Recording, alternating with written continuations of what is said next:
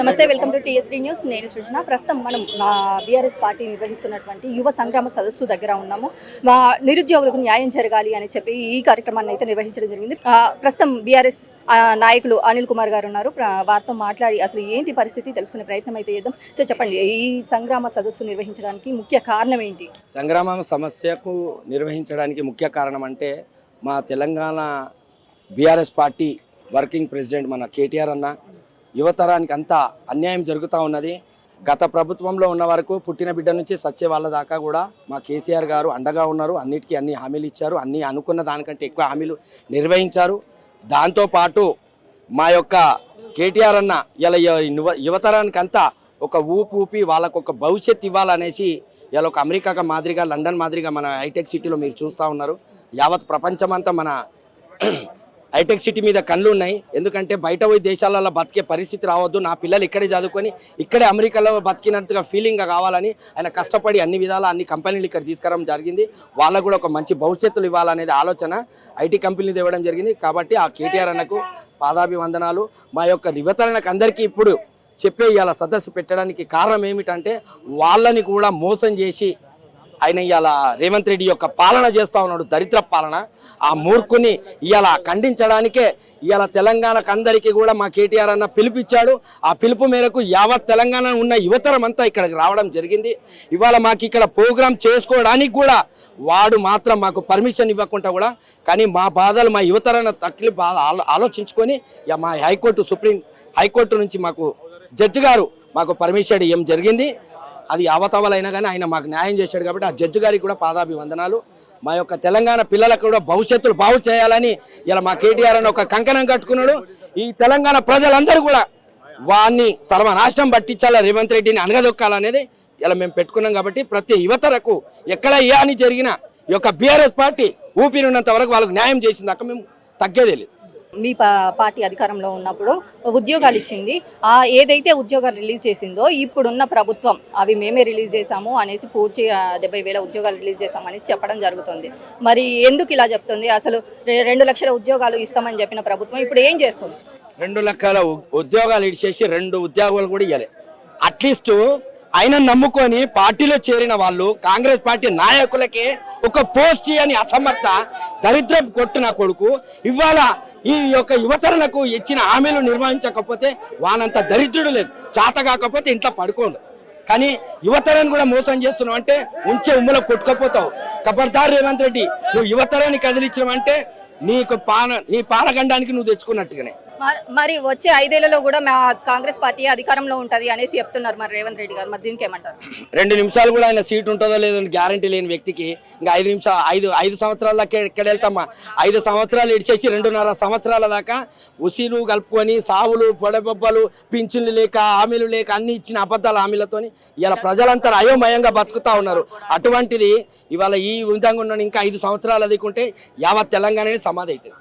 ఈయన ఆలోచించుకుంటా ఈయన అధికారంలోకి వచ్చేటప్పుడు కొన్ని హామీలు ఇచ్చిండు. విద్యార్థులకు ఇది చేస్తా అది చేస్తా అనేసి అన్నాడు, రైతులకు కూడా చేస్తా అని అన్నాడు. మరి ఇప్పటి వరకు ఎందుకు చేయలేకపోతున్నాడు? అసలు బీఆర్ఎస్ పార్టీయే అసలు అప్పులు చేసి పక్కకు జరిగింది అనేసి చెప్తున్నారు కదా. అప్పులు చేసిండంటే కేసీఆర్ ఇల్లు కట్టుకోలేదు కదమ్మా. యావత్ తెలంగాణ ప్రతి ప్రజలకు ప్రతి గడపకు సంక్షేమ పథకాలు అందినాయి. ప్రతి కుటుంబానికి పుట్టిన బిడ్డ నుంచి సత్య ముసలిడి వరకు కూడా ప్రతి హామీలన్నీ వాళ్ళు అనుకున్న దానికంటే ఎక్కువ హామీలు నెరవేర్చారు. కాబట్టి ఈయన ఏమి ఇచ్చిన 6 గ్యారెంటీలు ఇవ్వలే. ఆయన లెక్కలేనని గ్యారెంటీలు అన్నీ ఇయ్యని కూడా ఇచ్చి ఇలా సుభిక్షంగా చేసిన తెలంగాణ పార్టీ మన యొక్క బీఆర్ఎస్ పార్టీ మా యొక్క కేసీఆర్ అన్న నాయకత్వంలో ప్రతిదీ కూడా మంచి జరిగినాయి అన్న. అన్ని సంక్షేమ పథకాలు అనుకున్న దానికంటే ఎక్కువ 1000 రెట్లు ఎక్కువ ఇచ్చారు. ఈయన ఇచ్చిన 6 గ్యారెంటీలు ఇచ్చేసి పక్కకున్న ఆయన నమ్ముకొని ఇలా గెలిపించుకున్న సీట్లకు వాళ్ళ నాయకులకే ఒక పోస్టులు ఇవ్వలేదు.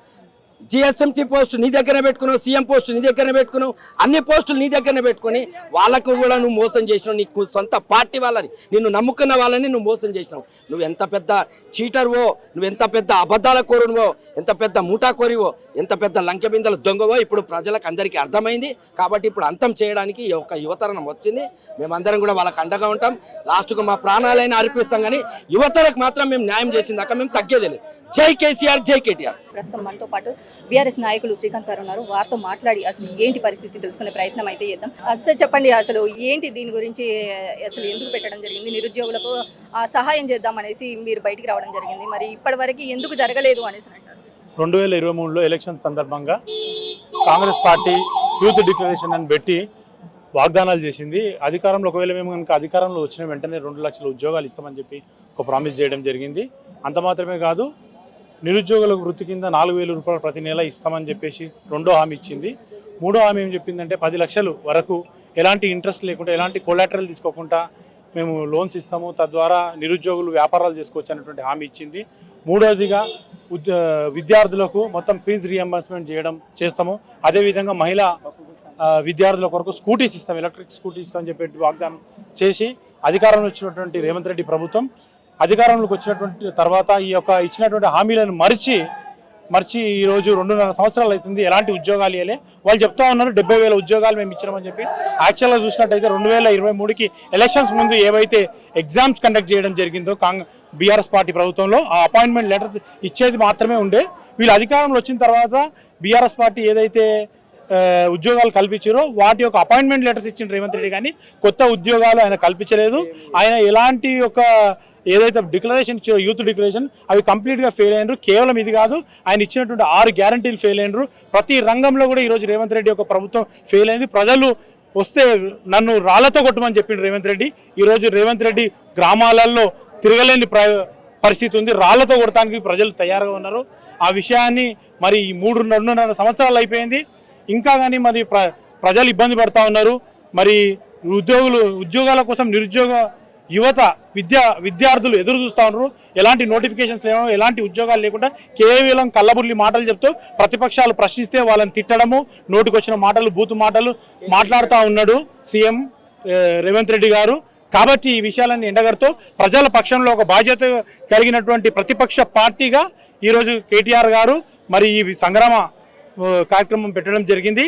ఈ వేదికగా ఏదైతే రేవంత్ రెడ్డి వాగ్దానాలు చేసిండో, ఏదైతే ప్రజలను మోసం చేసిండో, ఏదైతే ప్రజలను తప్పుదోవ పట్టించే విధంగా డైవర్షన్ పాలిటిక్స్ చేస్తుండో వాటన్నిటికీ తెర దించే విధంగా, ప్రజలను చైతన్యవంతులను చేసే విధంగా ఈ యొక్క సభా వేదికగా సరూర్ నగర్ స్టేడియం ద్వారా మేము రేవంత్ రెడ్డి ప్రభుత్వాన్ని కేటీఆర్ గారు మరి ప్రతిపక్ష నాయకునిగా అడగబోతా ఉన్నాడు. ఈరోజు రేవంత్ రెడ్డి దినాలు దగ్గర పడ్డాయి, ఆయన చేసింది ఏమీ లేదు, ప్రజల్లో తిరుగుబాటు వస్తోంది. ప్రజల పక్షాన మరి బీఆర్ఎస్ పార్టీ నాయకత్వం వహించి మరి రేవంత్ రెడ్డి గద్దె దించడానికి ఈరోజు ఈ సరోవర్ నగర్ మీటింగ్ నాంది పలుకుతుంది.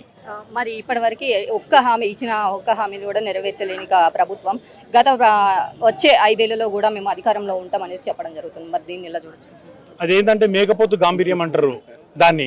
ఆయనకు తెలుసు, ఆయన సొంతంగా సర్వేలు చేస్తుంటే కూడా మనకు 80 సీట్లు ఈ రోజు ఉన్నటువంటి 119లో 80 సీట్లు బీఆర్ఎస్ పార్టీ గెలుస్తుందని సర్వేలు వచ్చినాయి.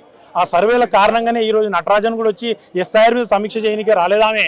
యాక్చువల్గా అభిప్రాయాలు తీసుకొని రేవంత్ రెడ్డిని గద్దెదించనీకే మంతనాలు జరుగుతూ ఉన్నాయి, స్క్రిప్ట్ నడుస్తూ ఉంది. ఎందుకంటే రేవంత్ రెడ్డి ఫెయిల్ అయ్యిందని విషయం వాళ్ళ అధిష్టానానికి కూడా తెలిసింది. ఇకనైనా 2.5 సంవత్సరాలు ఉన్నది. ఇప్పుడు రేవంత్ రెడ్డిని గద్దెదించి ఇంకో కొత్త వ్యక్తికి ఇస్తేనన్నా ఏదన్నా మన కాంగ్రెస్ పార్టీకి పుట్టగతులు ఉంటాయనేటువంటి ఆలోచన వాళ్ళు చేస్తారు. కానీ పరిస్థితి చేజారిపోయింది. పరిపాలన అనుభవం లేనటువంటి రేవంత్ రెడ్డి, కనీసం మంత్రి పదవి కూడా చేయనటువంటి రేవంత్ రెడ్డికి ముఖ్యమంత్రి పదవిని అప్పచెప్తే రాష్ట్రానికి ఏమి చేయక 4 లక్షల కోట్ల అప్పు తెచ్చిండు. మొత్తం రాష్ట్ర పరిస్థితి అధోగతైంది.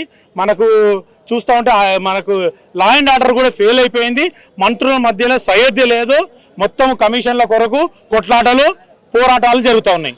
మరి ఏం చేస్తారు? నిరుద్యోగులకు న్యాయం జరిగేంత వరకు మీ పోరాటం జరుగుతూనే ఉంటుందా, లేకపోతే మధ్యలోనే ఆపేస్తారా? ఏంది పరిస్థితి? ఖచ్చితంగా మేము బాధ్యత కలిగినటువంటి ప్రతిపక్షంగా తప్పకుండా ప్రజల పక్షాన్ని నిలబడి పోరాటం చేస్తాం.